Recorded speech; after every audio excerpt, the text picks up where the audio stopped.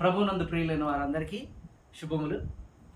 ఈరోజు దళిత క్రైస్తవులకు ఎస్సీ హోదా మీద కొన్ని ముఖ్యమైన విషయాలు చెప్పదలుచుకున్నాను. ఈ మాటలు మీరు వింటే మీకు ఎంతో స్ఫూర్తి కలుగుతుందని నమ్ముతున్నాను. ఏ విధంగా మీరు ఈ మాటల ద్వారా స్ఫూర్తి పొందుతారో ముందు తెలుసుకుంటారు. మాజీ ఎంపీ హరీష్ కుమార్ గారు ఈ మధ్య జస్టిస్ బాలకృష్ణన్ కమిషన్ కలవడం జరిగింది. దళిత క్రైస్తవులకు ఎస్సీ హోదా మీద తన యొక్క రిప్రజెంటేషన్ చేయడం కూడా జరిగింది. అయితే వారు ఒక ప్రశ్న అడిగారన్నారు. కమిషన్ వారు ఒక ప్రశ్న అడిగారట. క్రైస్తవులకు మతం ఉండదు కదా, అలాంటప్పుడు వాళ్ళకి ఎందుకు దళిత హోదా ఇవ్వాలి అని అడిగారట. అప్పుడు కమిషన్ ముందు మాజీ ఎంపీ గారు ఉండదు నిజమే, కానీ వారి యొక్క ఆర్థిక స్థితిగతులు అలాగే ఉంటున్నాయి కదా, మారట్లేదు కదా అనే సమాధానాన్ని ఇవ్వడం జరిగింది. కానీ ఇక్కడ భారతదేశంలో ఉన్నటువంటి దళిత క్రైస్తవులందరూ తెలుసుకోవాల్సినటువంటి ముఖ్యమైన విషయం ఏంటంటే, భారతదేశంలో ఉన్నటువంటి దళిత క్రైస్తవుల్ని ప్రశ్నిస్తున్న ప్రశ్న ఏంటంటే, క్రైస్తవులకు కులం ఉంటుందా అనే ప్రశ్న. ఉండదు అని వాళ్ళు డిసైడ్ చేస్తున్నారు. ఎవరైతే కమిషన్ ఉందో వాళ్ళే ఉండదు అని డిసైడ్ చేస్తున్నారు. దేనిని బట్టి క్రైస్తవ్యానికి కులం ఉండదని చెబుతున్నారు అనేది వాళ్ళు మనకి చెప్పాలి. అంటే క్రైస్తవులకు కులం ఉండదు అనేటువంటి మాట దేనిని బట్టి చెప్తున్నారు? వాళ్ళ యొక్క ఆధారం ఏంటి? దేనిని బేస్ చేసుకొని చెప్తున్నారు? బైబిల్ని బేస్ చేసుకొని చెప్తున్నారా? అయితే బైబిల్లో ఎక్కడ రాయబడి ఉంది? ఈ ప్రశ్నే దళిత క్రైస్తవులకు ఎస్సీ హోదాను తీసేస్తుంది. మరి దీనికి జవాబు ఎలా చెప్పాలి? వారి ముందు మన రిప్రజెంటేషన్ ఎలా చేయాలి? మన ప్రజెంటేషన్ ఏమి ఇవ్వాలి? దళిత క్రైస్తవులే కాదు, ప్రపంచంలో ఉన్నటువంటి క్రైస్తవులకు అందరికీ కూడా తెలుసుకోవలసినటువంటి విషయం ఇప్పుడు నేను చెప్పబోతున్నాను.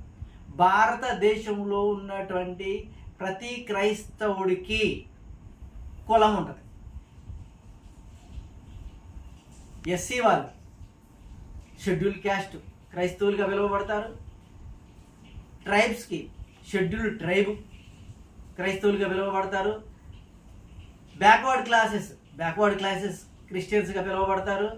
జనరల్ క్రిస్టియన్గా పిలువబడతారు. ఎలాగా దేనిని బట్టి చెప్పగలుగుతున్నారంటే, భారతదేశంలో కుల వ్యవస్థ ఉంది కాబట్టి భారతదేశంలో ఉన్న క్రైస్తవులందరికీ కులం ఉంటుంది. ఇది నా సొంత మాట కాదు, బైబిలే చెప్తున్నటువంటి మాట. దేనిని బట్టి నేను ఈ మాట చెప్తున్నాను అంటే, ఇజ్రాయెల్ కంట్రీలో ఉన్నటువంటి క్రైస్తవులందరూ కూడా ఏదో ఒక గోత్రానికి చెందినటువంటి వారు. యూదా గోత్రానికి చెందినవారా, బెన్యామీన్ గోత్రానికి చెందినవారా, ఇంకా మరి రూబేను గోత్రానికి చెందినవారా, మరో ఏదో ఒక గోత్రానికి చెందినవారై ఉన్నారు. చెందినవారై ఉండి క్రైస్తవులుగా మారితే వారి గోత్రాలు పోవట్లేదు. బైబిల్లోకి వస్తే బైబిల్లో పరిచయులైనటువంటి వాళ్ళు ఉన్నారు. వాళ్ళు యేసుప్రభువుని నమ్ముకుంటే ఆ పరిచయులు కాకుండా పోలేదు. సద్దుకాయలు కాకుండా పోలేదు. సుంకరులు కాకుండా పోలేదు. అంటే ఏ కులం వాళ్ళైనా, ఏ తెగ వాళ్ళైనా ప్రభువుని నమ్ముకుంటే వారు తెగబోలేదు. వారు దేవునికి కుమారులుగా పిలువబడ్డారు. ఏ తెగలో ఉన్నా, ఏ జనములో ఉన్నా వాళ్ళు దేవునికి పిల్లలుగా పిలువబడతారు అని అపోస్తల కార్యములు 10వ అధ్యాయం 34వ వచనంలో రాయబడి ఉంది. అంటే అక్కడ ఏమి రాయబడి ఉంది అంటే, ప్రతి జనములోనూ ఆయనకు భయపడి నీతిగా నడుచుకుని వారిని ఆయన అంగీకరించను. ప్రతి జనము అన్నాడు. నువ్వు ఏ జనానికి సంబంధించిన వాడివైనా, ఏ తెగకు సంబంధించిన వాడైనా అక్కడ తెగను తీసుకోవట్లేదు. ఆ తెగవాడిగానే పిలువబడతాడు. ఏ క్యాస్ట్ వాడు ఆ క్యాస్ట్ వాడిగానే పిలువబడతాడు. ఏ క్యాస్ట్ వాడికి ఆ క్యాస్ట్లో పెళ్ళిళ్ళు జరుగుతూ ఉంటాయి.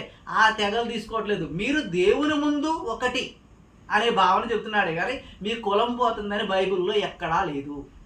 అలాంటప్పుడు క్రైస్తవులుగా మారిన దళితులందరూ మా క్రైస్తవులకి కులం లేదనే మాటను ముందుగా వదిలేయాలి. ఎవరైనా క్రైస్తవులకు కులం లేదని మాట్లాడితే బైబిల్ ప్రకారం ఏ జనం వాడైనా దేవుని నమ్ముకుంటే దేవునికి ఒకడిగానే ఉంటాడు కానీ దేవునికి బిడ్డగానే ఉంటాడు కానీ వాడి కులం వాడికే ఉంటుంది అని చెప్పగలగాలి. ఇలా కమిషన్ ముందు మన వాదన మనం వినిపించాలి. కమిషన్ ముందుకు వెళ్ళే వాళ్ళందరూ కూడా క్రైస్తవులకి కులం ఉంటుంది, భారతీయ క్రైస్తవులకి కులం ఉంటుంది అని బైబిల్ చెబుతుంది. వాళ్ళు ఏ జనంలో ఉన్నటువంటి వాడైనా ప్రభువుని నమ్ముకోవచ్చు, వాళ్ళ యొక్క ఆ తెగ పోదు, ఆ తెగ పేరు పోదు అని బైబిల్ చెబుతుంది. ఇంకొక మంచి రిఫరెన్స్ బైబిల్ నుండి చూపిస్తాను. గలతీయులకు రాసిన పత్రిక 3వ అధ్యాయం 28వ వచనం. గలతీయులకు రాసిన పత్రిక 3వ అధ్యాయం 28వ వచనంలో స్త్రీ అని పురుషుడని భేదము లేదు, ప్రభువునందు మీరందరూ ఏకముగా ఉన్నారని. అంటే స్త్రీ నమ్ముకోవచ్చు, పురుషుడు నమ్ముకోవచ్చు. స్త్రీ అని నమ్ముకుంటే స్త్రీ కాకుండా పోదు, పురుషుడు నమ్ముకుంటే పురుషుడు కాకుండా పోడు. వీళ్ళు పురుషుడుగాను ఉంటారు, పురుషుడుగా ఉంటారు, స్త్రీగా ఉంటారు. కానీ దేవునికి మీరందరూ ఒకటిగా ఉంటారు. అక్కడ చెప్పబడే దేవునికి మీరందరూ సమానం. అందుకని భారతదేశంలో ఉన్న వాళ్ళకి కులాలు పోతాయని బైబిల్లో ఎక్కడా చెప్పట్లేదు. ఏ తెగవాడైనా, ఏ కులం వాడైనా, ఏ గోత్రం వాడైనా దేవుని ముందు సమానుడు అని బైబిల్ చెబుతుంది. కానీ మీకున్న కులాలు పోతాయి, మీకున్న గోత్రాలు పోతాయి, మీకున్నటువంటి ఏ జనంగా పిలువబడతా ఆ జనంగా పిలువబడకుండా పోతారు అనే పదవి ఎక్కడా బైబిల్ వాడలేదు. కాబట్టి దళిత క్రైస్తవులందరూ జాగ్రత్తగా, ఎవరైనా మీరు క్రైస్తవులుగా మారితే మీకు కులాలు ఉండవు అంటే దానిని మీరు ముక్త కంఠంతో ఖండించండి. క్రైస్తవులు అనే వాళ్ళు ఏ కులానికి చెందిన వాళ్ళు ఆ కులం వారిగానే పిలువబడతారు. ప్రభువునందు అందరూ ఒకటిగా ఉంటారు, కులం ఎక్కడికి పోదు అన్న విషయం బైబిల్ నుండి మనం తెలియజేయాలి. ఈ విషయం తెలియని వాళ్ళందరికీ సామాజిక స్పృహ కలిగించండి, బైబిల్లో ఉన్న సంగతులు తెలియజేయండి. తప్పనిసరిగా మన హక్కులను మనం కాపాడుకుందాం. 1950 పారా 3లోని ప్రెసిడెన్షియల్ ఆర్డర్లో ఉన్నటువంటి అంశాలను తొలగించడానికి మనం అందరం నడుము బిగిద్దాం, అందరం కలిసి పోరాడదాం. మన సమస్యలను, మనకు ఉన్నటువంటి బాధలను మనం ఏదైతే కోల్పోతున్నామో ఆ సంగతి కమిషన్ ముందు తెలియజేద్దాం. ఎవరైతే ఈ కమిషన్ ముందుకు వెళ్ళాలనుకుంటున్నారో ఈ యొక్క వేని మీరు తీసుకొని అక్కడికి వెళ్ళి క్రైస్తవులుగా మారినటువంటి దళితులకు కులం పోదు, బైబిల్లో ఉంది అని నిరూపించడానికి ప్రయత్నం చేయండి. అందరూ దేవుని యొక్క దీవెనలు పొందండి.